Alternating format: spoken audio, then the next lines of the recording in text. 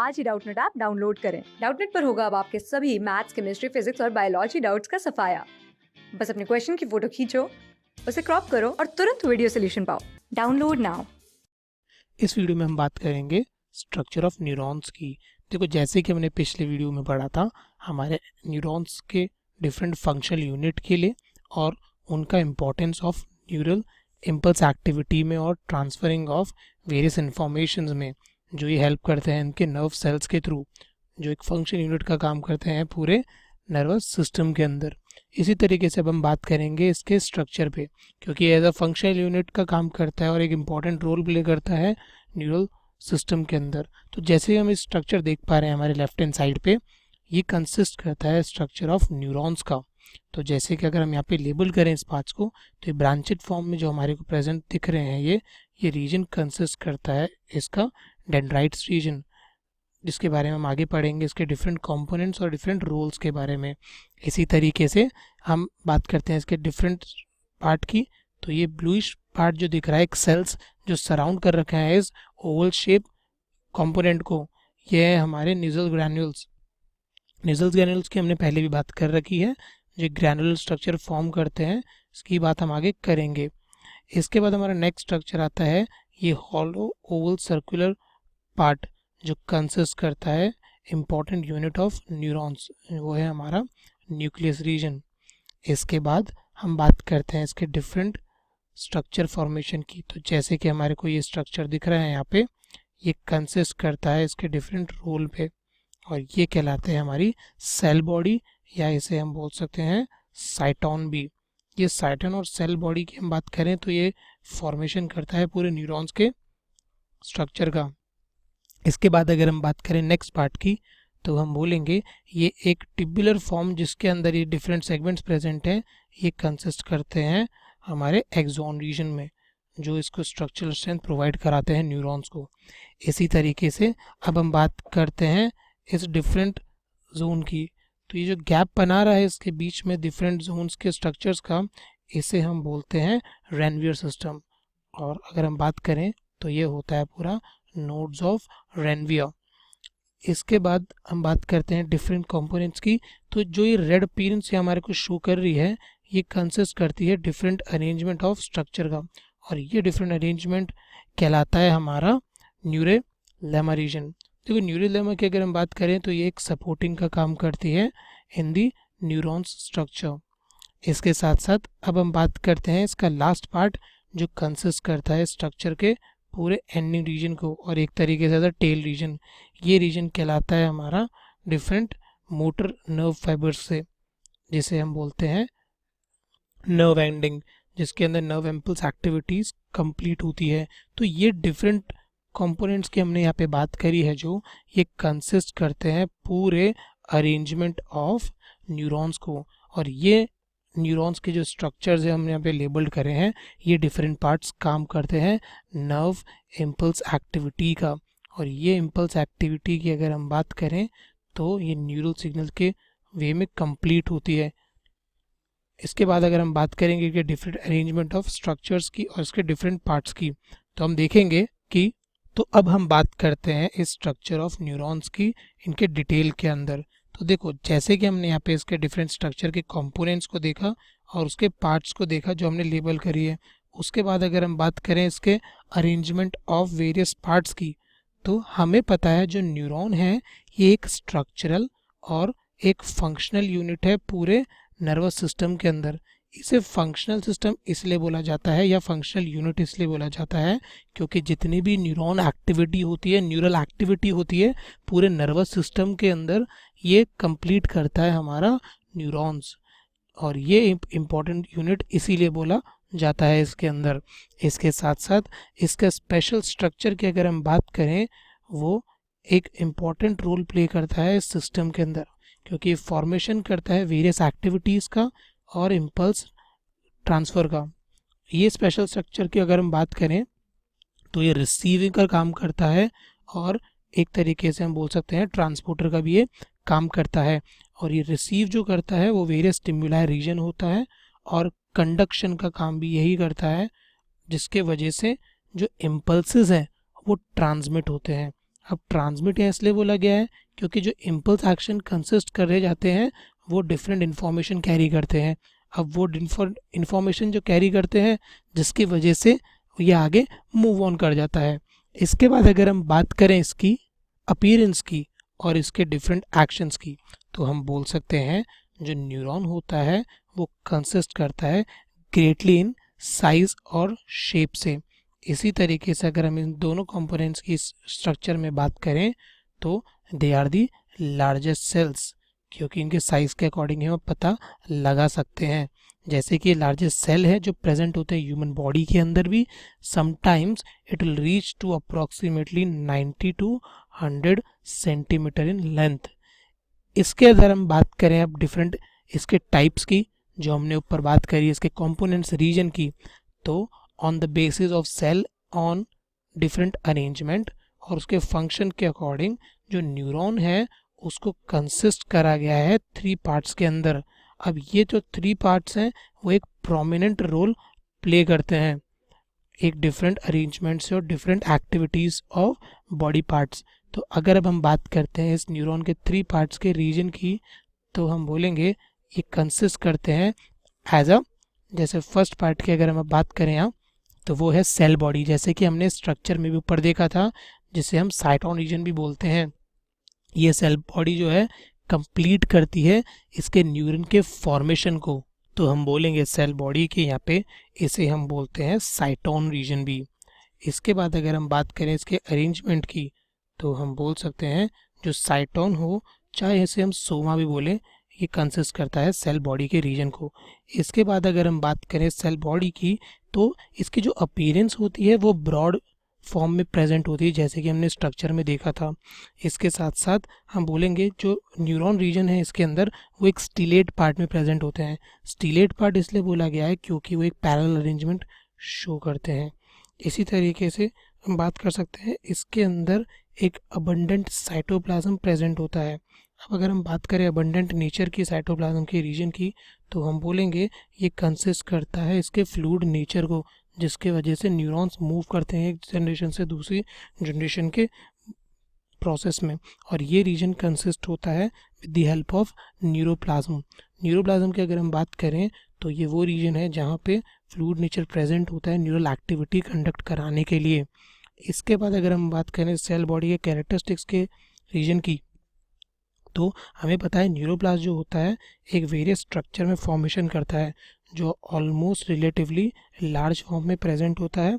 इसकी अगर शेप की बात करें तो ये कंसिस्ट करता है स्फेरिकल शेप के रीजन्स को। इसके साथ साथ ये जो स्फेरिकल रीजन यहाँ पे प्रेजेंट होता है इसे हम बोलते हैं न्यूक्लियस, जिसके अंदर ये सिचुएटेड होता है द सेंट्रल पोजीशन के अंदर, जो एक इंफॉर्मेशन कैरिंग का काम करता है।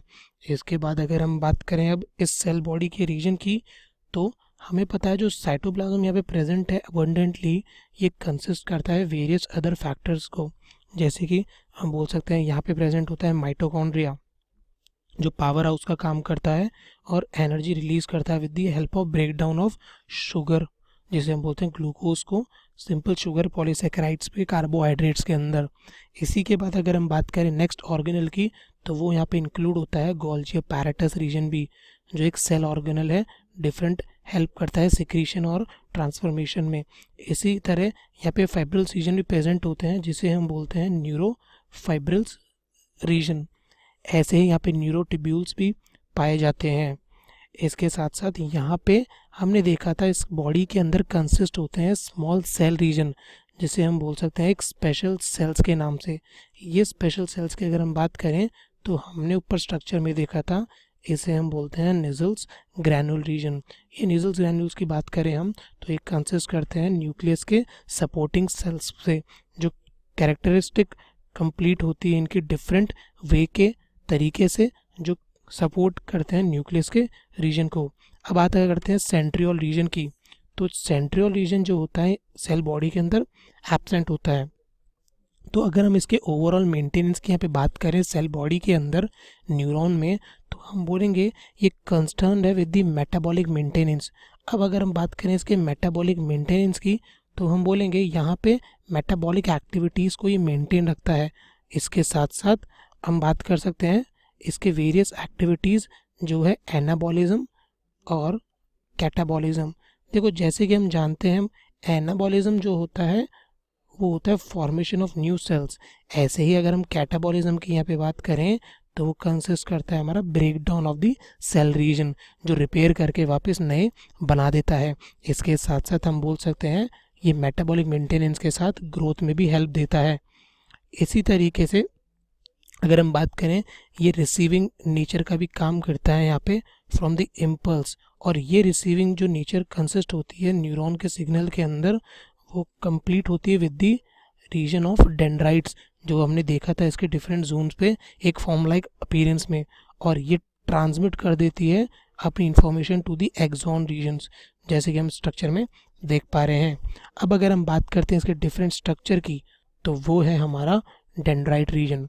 देखो अगर हम बात करें इस डेंड्राइट्स की, तो ये कंसिस्ट करता है एक इम्पॉर्टेंट पार्ट पूरे न्यूरॉन के स्ट्रक्चर में, जिसे हम डेंड्रॉन भी बोलते हैं। अब अगर हम इसकी बात करें यहाँ पे, तो ये भी एक इम्पॉर्टेंट रोल प्ले करता है न्यूरॉन के स्ट्रक्चर के अंदर, जो कंसिस्ट करता है सेवरल अपीयरेंस में, जो शॉर्ट होता है अपनी रेंज में। इसके साथ साथ अगर हम बात करें तो इसके एंड्स हमने देखे हैं स्ट्रक्चर में, वो कंसिस्ट होते हैं टेपरिंग एंड से, जो एक हॉर्न लाइक अपीयरेंस शो करते हैं। इसके साथ साथ अगर हम बात करें इसके अपीयरेंस की, तो ज़्यादातर ये ब्रांच नहीं होते हैं क्योंकि एक नेटवर्क फॉर्म बना लेते हैं। और ये नेटवर्क फॉर्म की अगर हम बात करें तो वो कहलाता है प्रोटोप्लाज्मिक फॉर्मेशन। देखो प्रोटोप्लाज्मिक फॉर्मेशन अगर हम यहाँ पे करें तो वो कंसिस्ट करता है इसके स्ट्रेचिंग एक्टिविटी से। स्ट्रेचिंग एक्टिविटी इसलिए क्योंकि हम बोल सकते हैं मूवमेंट का काम करता है, जिसकी वजह से ये रीजन क्या होता है, स्ट्रेच्ड आउट हो जाता है। इसी तरीके से हम इसे स्ट्रेचिंग एक्टिविटी भी बोलते हैं। इसके बाद अगर हम बात करें इस एक्टिविटी की, तो ये कंसिस्ट होती है और बाहर निकलती है सेल रीजन से फ्रॉम द न्यूरॉन्स, क्योंकि ये सेल बॉडी कंसिस्ट करती है स्ट्रेचिंग एक्टिविटी, जो एक तरीके से आउटसाइड मूवमेंट शो करती है। इसके बाद अगर हम बात करें डेंड्रॉन्स रीजन की यहाँ पे, तो हम बोल सकते हैं ये एक सेंसेशन पार्ट का काम करते हैं, क्योंकि जो सेंसेशन एक्टिविटीज़ होती है वो डेंड्राइट्स के अंदर ही प्रेजेंट होती है। और वेरियस एक्सटर्नल एनवायरनमेंट हो चाहे इंटरनल ऑर्गन की बात हो, ये दोनों एक्शन पे एक सेंसेशन का काम करते हैं। इसके साथ साथ जो इंफॉर्मेशन ट्रैवल होती है as an electric impulse toward the cell body, ये उसमें भी काम देते हैं। इसके साथ साथ जो डेंड्राइट रीजन में हमने पहले देखा था, यहाँ कंटेन होते हैं नेजल ग्रैन्यूल्स रीजन, जो सराउंड करते हैं हमारे न्यूक्लियस के रीजन को। इसके साथ साथ हम बोल सकते हैं यहाँ पे प्रेजेंट होता है न्यूरोफाइब्रिल्स, जो एक फाइब्रिल फॉर्म में प्रेजेंट होते हैं, इसके डेवलपिंग में काम देते हैं और इसकी एक्टिविटी कंप्लीट कराने में हेल्प करते हैं। ये एक पार्ट था डेंड्राइट रीजन का। अब अगर हम बात करें इसके नेक्स्ट पार्ट की, तो वो है हमारा एक्सॉन रीजन। देखो अगर हम बात करें अब एक्सॉन की, तो वो भी एक इम्पॉर्टेंट रोल प्ले करता है न्यूरॉन के स्ट्रक्चर में, क्योंकि एक्सॉन भी प्रेजेंट होता है सिंगली, जैसे कि हमने इसके स्ट्रक्चर में देखा था। इसके साथ साथ ये कंसिस्ट करता है लॉन्ग अपीयरेंस में, और हम बोल सकते हैं इसकी बॉडी जो होती है वो भी सिलेंड्रिकल इन शेप ही होती है, जिसकी वजह से एक्टिविटी ईजीली हो पाए। और ये सिलेंड्रिकल कंसिस्ट करता है प्रोसेस को, जिसकी हमने पहले ऊपर भी बात करी थी, और ये प्रोसेस है हमारा प्रोटोप्लाज्मिक प्रोसेस। अगर हम इस रीजन की बात करें यहाँ पे, तो एक इम्पॉर्टेंट रोल प्ले करता है इस न्यूरॉन एक्टिविटी में। ये प्रोटोप्लाज्मिक प्रोसेस जो होता है वो होता है नर्व फाइबर्स का, जो उस एक्टिविटी को कंप्लीट कराता है। इसके बाद ये एक डायमीटर कंसिस्ट करता है पूरी सेल बॉडी का। जैसे कि हमें पता है जो टर्मिनल एंड होता है, एक्सॉन जो होता है वो हाईली ब्रांच्ड होता है, क्योंकि एक नेटवर्क फॉर्मेशन में हेल्प दे देता है। इसके साथ साथ ये टर्मिनल ब्रांचेस को हमारे एक्सॉन रीजन के अंदर बोला जाता है टर्मिनल एबोराइजेशन। देखो इसे टर्मिनल एबोराइजेशन इसलिए बोला गया है क्योंकि ये कंसिस्ट करता है एज अ लास्ट पार्ट। इसके साथ साथ हम बोल सकते हैं ये डिफरेंट एक्टिविटीज़ में भी काम देता है न्यूरॉन्स के, इसीलिए से एक एबोरेशन पार्ट बोला गया है, क्योंकि टर्मिनल एंड जो होते हैं वो ब्रांच्ड फॉर्मेशन में प्रेजेंट होते हैं। इसके बाद अगर हम बात करें इस रीजन की, तो हम बोलेंगे ये कंसिस्ट करता है एक स्वेलिंग पार्ट, जिसे हमने नॉब लाइक अपीयरेंस दी थी, जिसके अंदर नर्व फाइबर्स प्रेजेंट होते हैं और जंक्शंस भी यहीं पे प्रेजेंट होते हैं। तो अगर हम बात करें यहाँ पे नर्व फाइबर्स के रीजन की एक्सॉन्स के अंदर, ये कंसिस्ट करते हैं न्यूरोमस्कुलर जंक्शन। देखो न्यूरोमस्कुलर जंक्शन की अगर हम बात करें यहाँ पे, तो हम बोल सकते हैं यहाँ पे मस्कुलर एक्टिविटी जो होती है वो कंसिस्ट होती है इसके अरेंजमेंट से। इसके साथ साथ अगर हम आगे बात करें इस एक्सॉन रीजन की, तो यहाँ पे ग्लैंड्स भी फॉर्म करता है और उनसे एक सिनेप्सिस फॉर्म बना देता है विद द अदर न्यूरॉन्स। तो एक तरीके से हम बोल सकते हैं रिलेशनशिप मेंटेन करता है एक न्यूरॉन से दूसरे न्यूरॉन तक। ऐसे एक्सॉन जो है वो कंडक्ट कराता है नर्व इम्पल्स एक्टिविटी। जैसे हमने पहले पढ़ रखा है, नर्व इम्पल्स एक्टिविटी एक इम्पॉर्टेंट मैकेनिज्म है पूरे न्यूरल सिस्टम का, जो कैरी करता है information from body part to brain and revert back from brain to body part. ये नर्व इम्पल्स एक्टिविटी को अवे डिफरेंट फॉर्मेशन में रखता है जो प्रेजेंट होती है सेल बॉडी के अंदर। इसके बाद अगर हम बात करें एक्सॉन रीजन की, तो ये एक इम्पॉर्टेंट टास्क है पूरे न्यूरो स्ट्रक्चर का। इसके बाद इसके अपीयरेंस की बात करें, तो हमने जैसे इसका स्ट्रक्चर देखा था, ये कवर्ड होता है विद द शीथ के रीजन से, जो एक टेम्परल फॉर्म में प्रेजेंट होती है और एक ट्रांसमेम्ब्रेन जैसी शो होती है। और यहाँ पे जो शीथ होगी या तो वो होगी एक रीजन से या फिर वो फॉर्मेशन करेगी 2 लेयर्स से। इसी तरीके से जो शीथ एक्सॉन की जो होती है उसे हम नर्व फाइबर बोलते हैं। यहाँ पे सेल मेम्ब्रेन भी जो प्रेजेंट होती है जिसे हम बोलते हैं एक्सोलेमा। देखो अगर हम यहाँ बात करें सेल मेम्ब्रेन के रीजन की, ये कंसिस्ट करता है इसके डिफरेंट स्ट्रक्चर को और अरेंजमेंट को, और एज ए प्रोटेक्टिंग लेयर का काम करता है। इसे हम बोलते हैं एक्सोलेमा, क्योंकि इसके अंदर हमें पता है नर्व इम्पल्स एक्टिविटी कंक्लूडिंग होती है जो डिफरेंट रीजन्स में हेल्प करती है। इसके साथ साथ हम बात करें इसके साइटोप्लाज्म वाले रीजन की, तो वहाँ पे जो स्ट्रक्चर प्रेजेंट होते हैं जो इस एक्टिविटी को कंप्लीट कराने में हेल्प देते हैं, इसे हम बोलते हैं एक्सोप्लाज्म रीजन। इसके बाद अगर हम बात करें, इस रीजन के अंदर नेजल ग्रैन्युल्स एब्सेंट होते हैं और न्यूरोफाइब्रिल्स प्रेजेंट होते हैं। और यहाँ पे जो एक्सॉन है वो एक फॉर्मेशन देता है, क्योंकि हमें पता है इतनी सारी एक्टिविटी करवाने के लिए एक्सॉन एक इम्पॉर्टेंट और एक फंक्शन यूनिट का काम कर रहा है। यही रीजन होता है कि जो एक्सॉन होता है वो फॉर्मेशन करता है, और हम बोल सकते हैं it is made up of Schwann cells. देखो श्वान सेल्स की अगर हम यहाँ पे बात करें, तो हम बोलेंगे एक इम्पॉर्टेंट ओरिजिन साइट है इस न्यूरॉन के स्ट्रक्चर की और एक्सॉन के पार्ट की, जिसकी हम बात करेंगे हमारे हायर क्लासेस के अंदर, जिसे हम न्यूरिलेमा भी बोलते हैं। तो इस तरीके से डिवीजन प्रॉपर्टी और इनके मल्टीपल जो स्ट्रक्चर अरेंजमेंट होती है वो कंप्लीट होती है श्वान सेल्स की वजह से। इसी तरीके से हम आगे बात करें, यहाँ पे नर्व फाइबर भी प्रेजेंट होते हैं। जो नर्व फाइबर जिसे हम एक्सॉन्स बोलते हैं, इसमें माइसिलिन शीथ प्रेजेंट होती है, जैसे हमने बात करी वो कंसिस्ट करती है माइलिनेटेड नर्व फाइबर से। अब नर्व फाइबर तो यहाँ पे प्रेजेंट होंगे ही, हमने बात करी थी, क्योंकि फाइबर का फॉर्मेशन होता है जो एक्टिविटी में हेल्प देते हैं। ये भी फॉर्मेशन होते हैं with the help of protein से।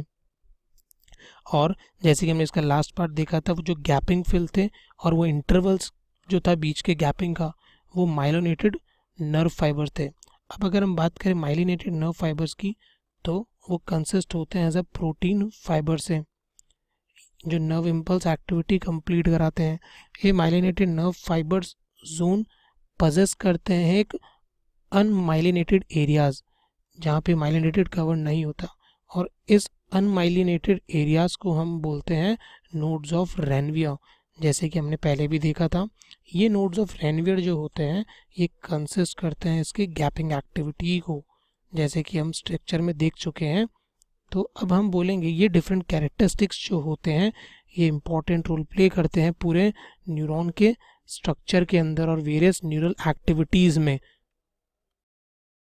क्लास 6 से 12 से लेके नीट, IIT, JEE मेंस और एडवांस के लेवल तक 10 मिलियन से ज्यादा स्टूडेंट्स का भरोसा। आज ही डाउनलोड करें डाउटनेट ऐप या व्हाट्सएप कीजिए अपने डाउट्स 8400 400 400 पर।